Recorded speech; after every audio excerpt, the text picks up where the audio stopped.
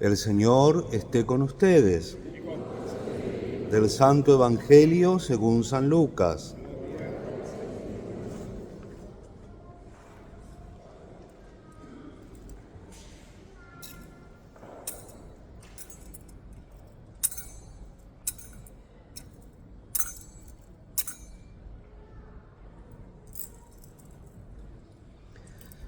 Transcurrido el tiempo de la purificación de María, según la ley de Moisés, ella y José llevaron al niño a Jerusalén para presentarlo al Señor de acuerdo con lo escrito en la ley. Todo primogénito varón será consagrado al Señor, y también para ofrecer, como dice la ley, un par de tórtolas o 2 pichones. Vivía en Jerusalén un hombre llamado Simeón, varón justo y temeroso de Dios, que aguardaba el consuelo de Israel. En él moraba el Espíritu Santo, el cual le había revelado que no moriría sin haber visto antes al Mesías del Señor. Movido por el Espíritu, fue al templo, y cuando José y María entraban con el niño Jesús para cumplir con lo prescripto por la ley, Simeón lo tomó en brazos y bendijo a Dios diciendo: Señor, ya puedes dejar morir en paz a tu siervo, según me habías prometido, porque mis ojos han visto a tu Salvador, al que has preparado para bien de todos los pueblos, luz que alumbra a las naciones y gloria de tu pueblo Israel. El padre y la madre del niño estaban admirados de semejantes palabras. Simeón los bendijo, y a María, la madre de Jesús, le anunció: Este niño ha sido puesto para ruina y resurgimiento de muchos en Israel, como signo que provocará contradicción, para que queden al descubierto los pensamientos de todos los corazones, y a ti una espada te atravesará el alma. Había también una profetisa, Ana, hija de Fanuel, de la tribu de Aser. Era una mujer muy anciana. De joven había vivido 7 años casada y tenía ya 84 años de edad. No se apartaba del templo ni de día ni de noche, sirviendo a Dios con ayunos y oraciones. Ana se acercó en aquel momento, dando gracias a Dios y hablando del niño a todos los que aguardaban la liberación de Israel. Y cuando cumplieron todo lo que prescribía la ley del Señor, se volvieron a Galilea, a su ciudad de Nazaret. El niño iba creciendo y fortaleciéndose, se llenaba de sabiduría y la gracia de Dios estaba con él. Palabra del Señor.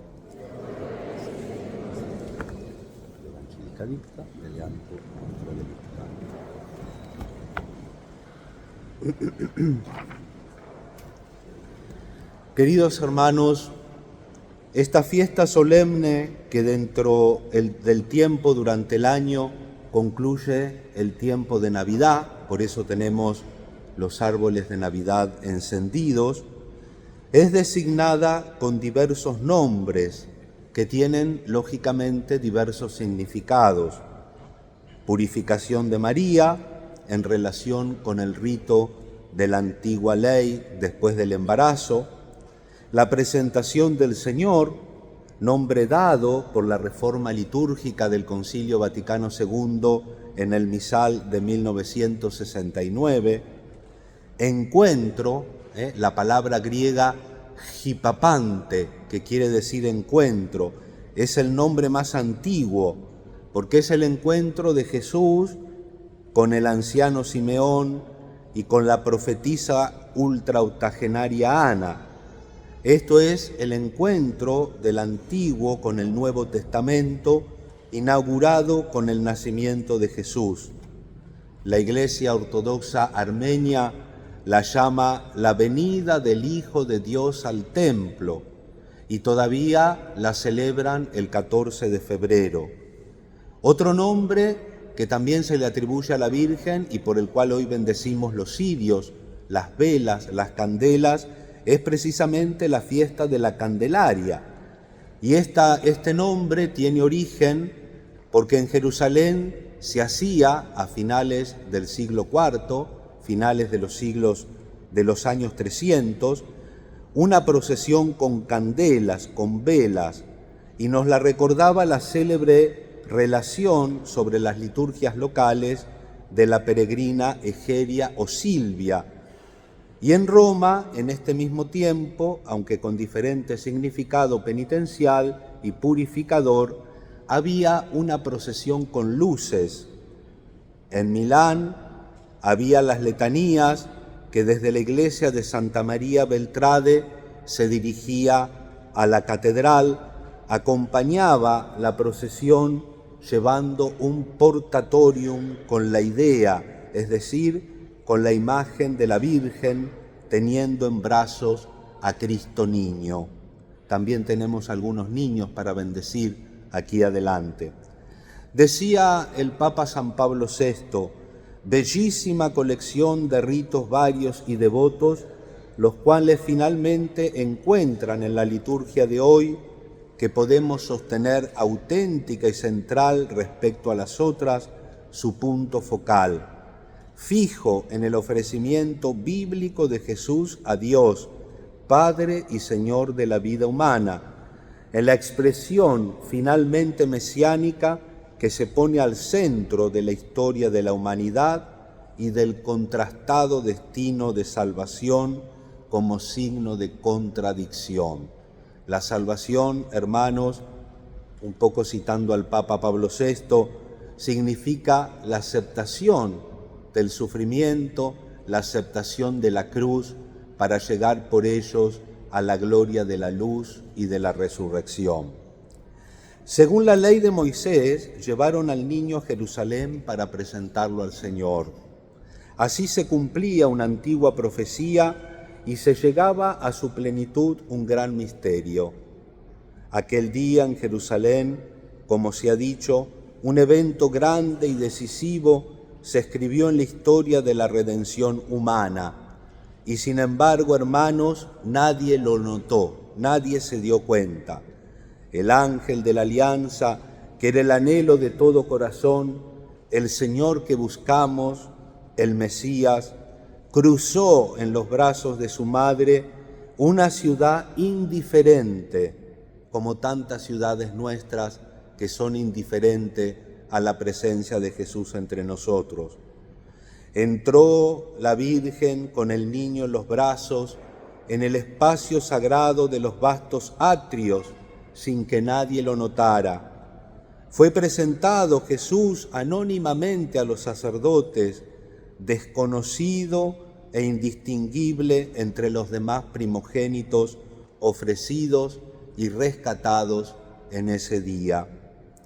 Es un poco siempre el estilo de Dios, que lleva a cabo sus maravillas preferentemente en la humildad y en el silencio, pero no sin asegurarse la atención, la simpatía, la inteligencia sobrenatural de algunos testigos elegidos.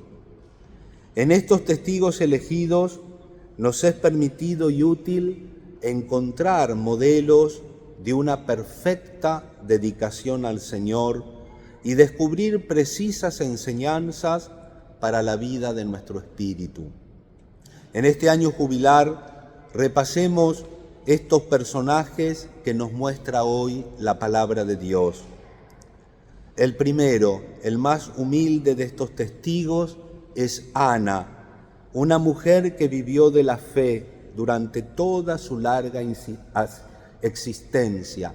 Anciana, nos dice el evangelista Lucas, de 84 años. Había quedado viuda después de solo 7 años de matrimonio. No se había vuelto a casar porque quería reservar al Señor toda la atención con un corazón indiviso. No se apartaba, dice el evangelista, del templo, sirviendo a Dios noche y día con ayunos y oraciones. Gracias a esta fe simple y pobre, custodiaba en el silencio durante un espacio interminable de tiempo. Piensen en ese momento, en 34 años, Ahora Ana se convierte incluso en una evangelizadora elocuente, en una profetisa, y empieza a anunciar a todos que el Mesías Redentor ha llegado finalmente. Llegando en ese momento, se puso también ella, dice Lucas, a alabar a Dios y hablaba del niño a todos los que esperaban la redención de Jerusalén. El segundo testigo, Simeón, por su parte, él es un hombre con una esperanza inquebrantable, el jubileo de la esperanza. Es importante remarcarlo en este año jubilar. En esta esperanza, el Espíritu Santo lo había sostenido también a él durante innumerables años de desolación y decepción, susurrándole sin estrépito de palabras en lo más profundo de su alma que no vería la muerte sin antes haber visto al Mesías, al ungido del Señor. Los días en la vida de Simeón se deslizaban rápidamente, el tiempo avanzaba implacable y el gran esperado no aparecía. A la juventud le seguía la madurez, a la madurez la fría estación de la vejez, y Simeón se veía siempre insatisfecho, siempre incomprendido en su solitaria espera. Sin embargo, él se calentaba con el firme recuerdo de la divina promesa, ese espíritu que le hablaba dentro, como una llama celosamente guardada en su corazón y defendida de cualquier viento adverso de desaliento o de desconfianza. Se comprende entonces su apasionada bendición al Dios fiel y el conmovedor himno que sale de sus labios temblorosos cuando puede finalmente abrazar a ese niño que era la gloria de Israel y la salvación de todos los pueblos, y que nosotros hoy en la Iglesia lo recitamos en la liturgia de las horas, en las completas. Ahora deja, oh Señor, que tu siervo se vaya en paz, porque cumpliste tu palabra. Pero la testigo, la tercera y la más alta, más confiable y más completa de las grandezas de Dios, es sin duda la Madre, la Virgen, la que guardaba todas estas cosas meditándolas en su corazón. María vivió, sí, de fe y esperanza, pero sobre todo es la que de manera más perfecta siempre vivió en el amor. Amar significa, antes que nada, es una enseñanza de Cristo, hacer la voluntad del Padre. Amar no es sentimiento, no es cosquillitas en la panza. Amar es hacer la voluntad, hacer positivamente el bien al que decimos que amamos. Y María, criatura que desde el primer hasta el último instante de su existencia fue siempre absolutamente conforme al designio divino, obedeció y sirvió a su Creador sin ninguna reserva, sin guardarse nada para ella. Yo soy la sierva del Señor, es la única definición que María da de sí misma. En todo semejante a su Hijo unigénito, el siervo de Yahvé predicho por el profeta, y a él indisolublemente unida, también será María probada y sacrificada por el drama de la obediencia redentora. También a ti, le dice el anciano Simeón, una espada te atravesará el alma. Este vaticinio que le reserva Simeón, siendo un auténtico hombre de Dios, no se deja llevar por el fatuo y eterno optimismo que caracteriza a los falsos profetas. La elección del bien es exigente, no es gratuita. Para elegir el bien muchas veces tenemos que sufrir. Es probable que en ese momento María no haya comprendido en toda su analítica tragedia esas palabras. Se encargará de hacerle entender la sucesión de acontecimientos cada vez más dolorosos y tremendos a los cuales ella responde siempre con total y amorosa docilidad. El exilio a Egipto, el odio de los jefes de su pueblo, que llega al repudio y condena del verdadero rey, hijo de David e hijo de Dios, la cruel inestabilidad de la multitud, el atroz martirio de la cruz, la visión del sepulcro que parecía el final de todo. Pero su capacidad de amor, hermanos, que nunca faltaba, le salvaba en su corazón, incluso en los momentos de mayor sufrimiento, una alegría verdadera e inalienable, la alegría de estar siempre unida a su Hijo adorado, en el centro con él del proyecto de salvación del Padre para toda la familia humana. Creo que es innecesario seguir añadiendo comentarios a esta lección y a este ejemplo de vida completamente entregada a Dios que nos llega de estos tres personajes, Ana, Simeón y la Virgen María, los tres preciosos testigos de la presentación del Señor al templo, y nos muestran que ninguna situación nos autoriza a no buscar el perdón, a no apelar a la misericordia de Dios, a no vivir en su amor, en el amor al prójimo, y a pesar de las dificultades de la vida, nunca renunciar a la esperanza.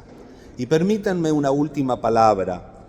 La presentación del Señor al templo y la purificación de Nuestra Señora nos recuerda la verdadera religión, es decir, la relación con Dios. Por eso hoy se celebra la jornada de la vida religiosa.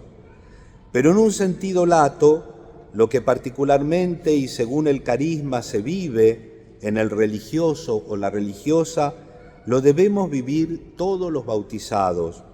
El Papa Francisco decía en el año 2020, por la tarde en Roma, los religiosos, porque sobre la vida religiosa se cierne esta tentación, tener una mirada mundana. Es la mirada que no ve más la gracia de Dios como protagonista de la vida y va en busca de cualquier sucedáneo, un poco de éxito, un consuelo afectivo, hacer finalmente lo que quiero. Pero la vida consagrada, cuando no gira más en torno a la gracia de Dios, se repliega en el yo, pierde impulso, se acomoda, se estanca. Y sabemos qué sucede: se reclaman los propios espacios y los propios derechos, uno se deja arrastrar por habladurías y malicias, se irrita por cada pequeña cosa que no funciona y se entonan las letanías del lamento, lamento sobre los hermanos, las hermanas, lamento sobre la comunidad, lamento sobre la iglesia, lamento sobre la sociedad. No se ve más al Señor en cada cosa, sino solo al mundo con sus dinámicas, y el corazón se entumece porque se vuelve solo y egoísta. ¿No estamos hechos nosotros también para esta fiesta en su antiguo nombre, Jipapante, encuentro? ¿Tenemos deseos de encontrarnos de verdad con Dios y con el prójimo? Encontrarnos con el Cristo, que es la luz para nuestra oscuridad y el sendero que nos marca el camino de la salvación y el sentido de la vida. ¿Queremos hacer la voluntad de Dios? ¿Queremos rezar el Padre Nuestro como Dios manda? Pidámoslo en esta Eucaristía con todas nuestras necesidades e intenciones. Dejémonos iluminar por la luz del Señor.